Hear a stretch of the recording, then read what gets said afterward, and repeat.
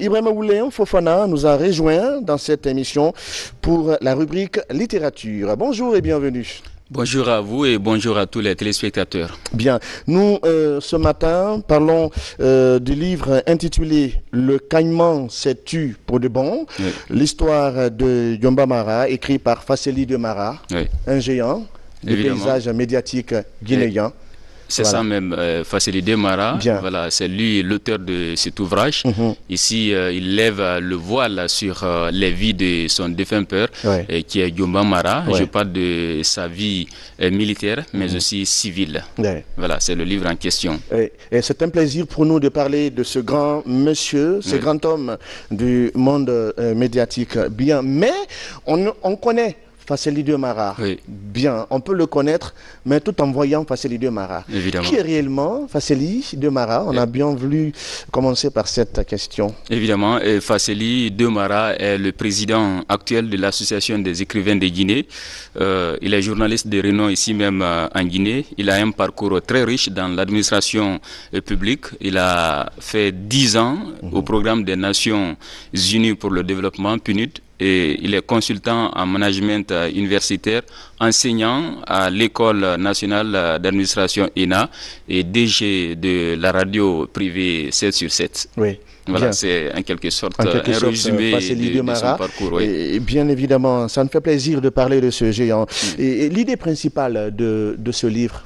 Voilà, l'idée principale de ce livre, c'est les parcours élogieux de son père qui est Yomba Mara. Ici, il fait allusion à sa vie militaire, mais aussi sa vie civile. Ici, on compare son père à un caïman, parce qu'il faut comprendre dans l'histoire cosmogonie africaine et guinéenne, quand une personne mystique arrive à un certain niveau de puissance, les maîtres de la parole la comparent directement à certains animaux tels que le lion, l'hyène, le scorpion ou encore le caïman. Donc ici, notre auteur Fasseli de Mara a préféré le caïman parce qu'il a préféré cette chanson même après le décès de son père. Une chanson qui a été chantée à l'occasion de ses obsèques. Un griot du terroir du nord de l'Ancina qui a chanté « Ne me regarde pas avec tes yeux roses idiots ». Donc ça veut dire qu'il est puissant. Le caïman, ce n'est pas seulement l'animal, mais ici, il fait un peu allusion à la puissance de son père.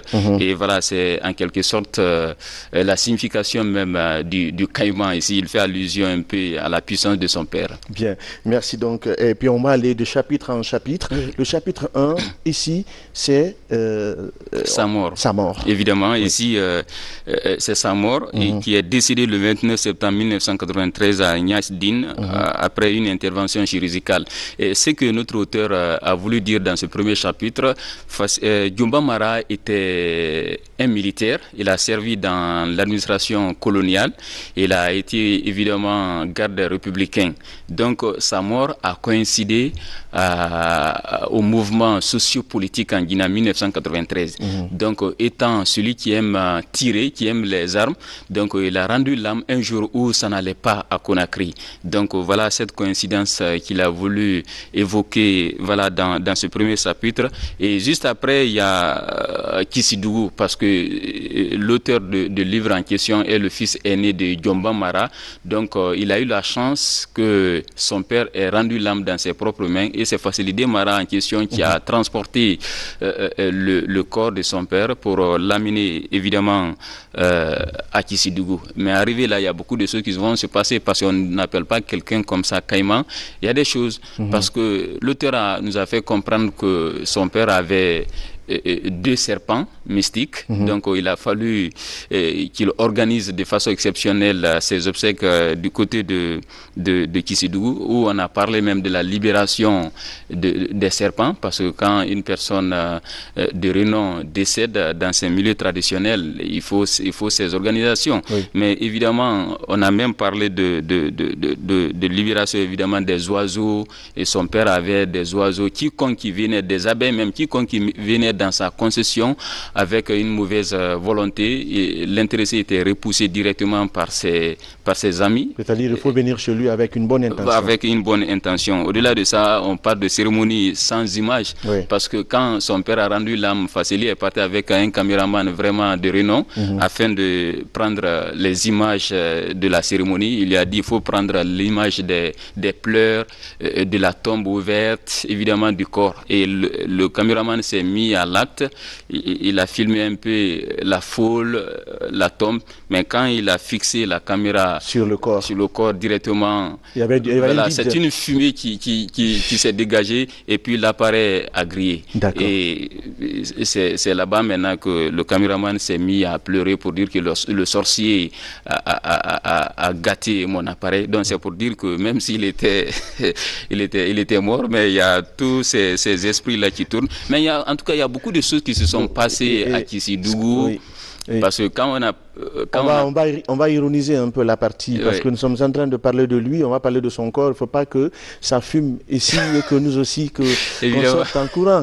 Évidemment, c'est vrai, parce que... C'est pourquoi quand on voit Fasseli partout, on voit Fasseli de Mara tenant un sac, il faut avoir peur de lui. Évidemment, lui-même il a dit, quand l'illustre chanteuse Aminata Kamisoko a chanté Kourankoya, et Fasseli est issu d'une famille Kouranko, ici la chanteuse en question a vraiment magnifié le parcours et les yeux de son défunt père qui est Djomba Mara. Évidemment, Fasseli en question est cité dans cette chanson, et parce qu'il a expliqué autre chose, que les amis de son père, je parle des deux serpents, et après son décès, il a fallu que les autres sorciers de la contrée et des griots viennent acheter de coques, de cola rouge, de pain blanc, pour dire au serpent, voilà, votre ami a rendu l'âme, si vous voulez qu'il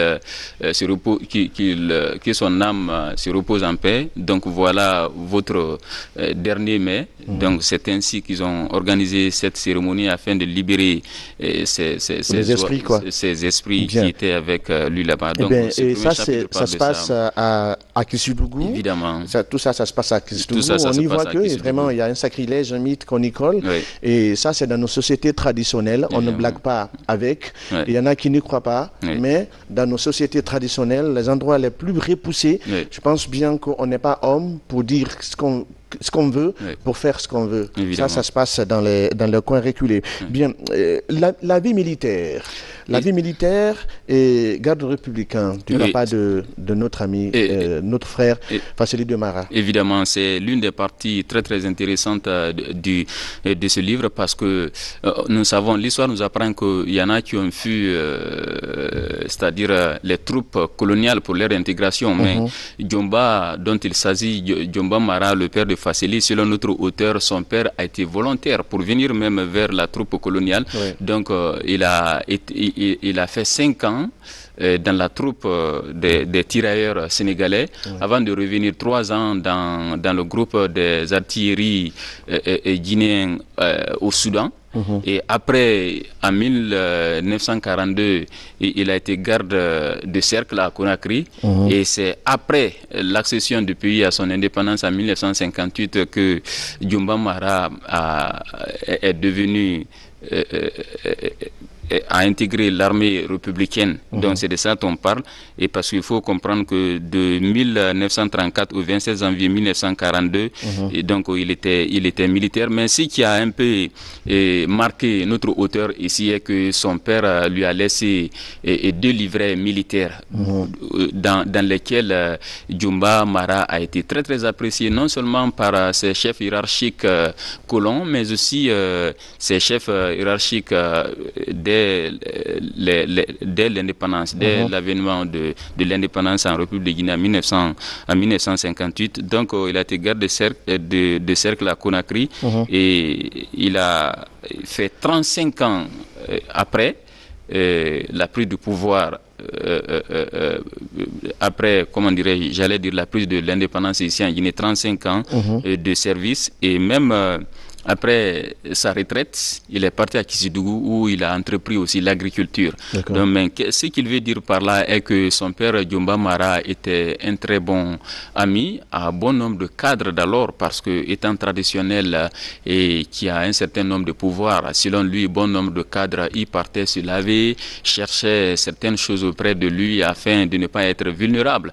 Donc, il y a tous ces points qui sont évoqués. Il a servi également à l'extérieur du pays, au Sénégal, en Tunisie, Maroc, étant garde républicain. En Guinée, ici, il a servi à Bouké, Kirouane, Farana, Daboula, Bissikrima et Conakry, Kissidougou. Même à Banankoro, où il a lutté contre l'exploitation clandestine du diamant. Donc, tout ça étant... Et puis, il faut aussi rappeler que, selon notre auteur, son père était illettré. Mais malgré tout cela, il a été apprécié dans l'armée, tant dans la troupe coloniale, mais aussi pendant la période et après la période de l'accession du pays, c'est-à-dire à son indépendance.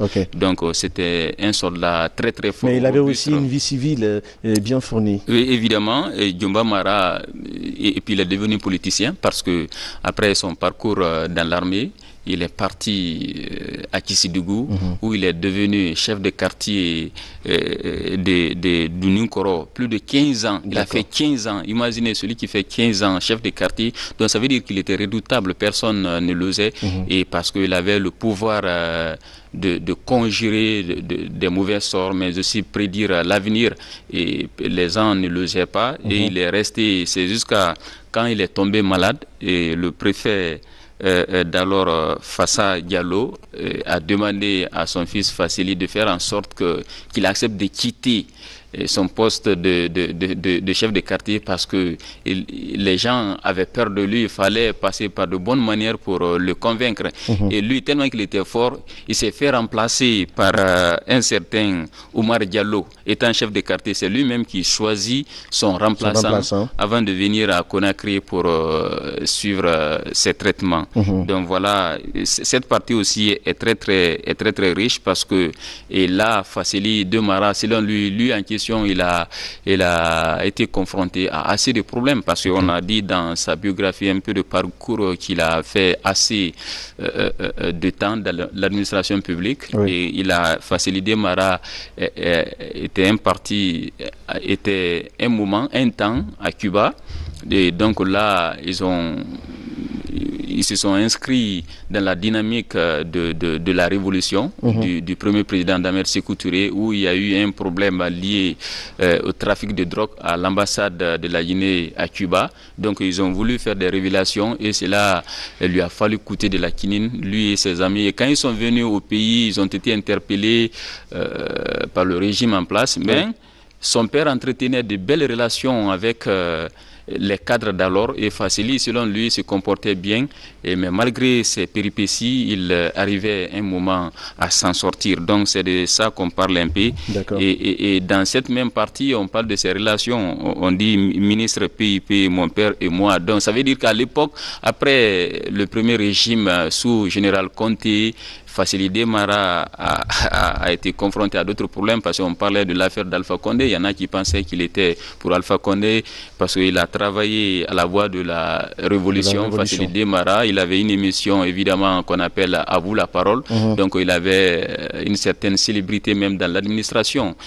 Et là, il a eu des problèmes. On a dit que voilà, Fassili Mara ne supporte pas le PUP. Il est pour le régime Conté avec le parti. Mais malgré tout cela, lui, il entretenait de belles relations avec vraiment les ministres tels que Almami Fodé Sila, Loua Fassou, René. Voilà, il entretenait assez de relations. Il a fallu même une fois, quand il était dans un problème lié à l'association des journalistes de Guinée, il a fallu l'intervention de Robert Sarah auprès du président Conté afin que ce dernier comprenne réellement ce qui s'est passé autour de Fassili. Il n'était pas contre le régime, mais juste il essaie de faire son travail. En tout cas, et c'est ce qu'on a appris dans ce livre, c'est ce que Fassili en question nous raconte un peu dans ce livre. D'accord. Ce livre, nous pouvons l'avoir chez qui?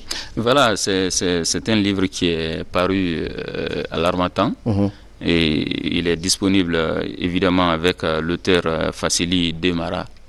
Bien, Fassili Demara, vous le rappelez, il est le président, il est le président de l'association des écrivains de Guinée.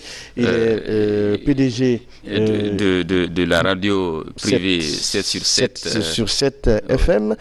Également, il a travaillé au PNUD dans bon nombre de départements tels que l'éducation, en management et en communication. Évidemment. Voilà, vous l'avez oublié de le mentionner parce que consultant, je l'ai dit au départ.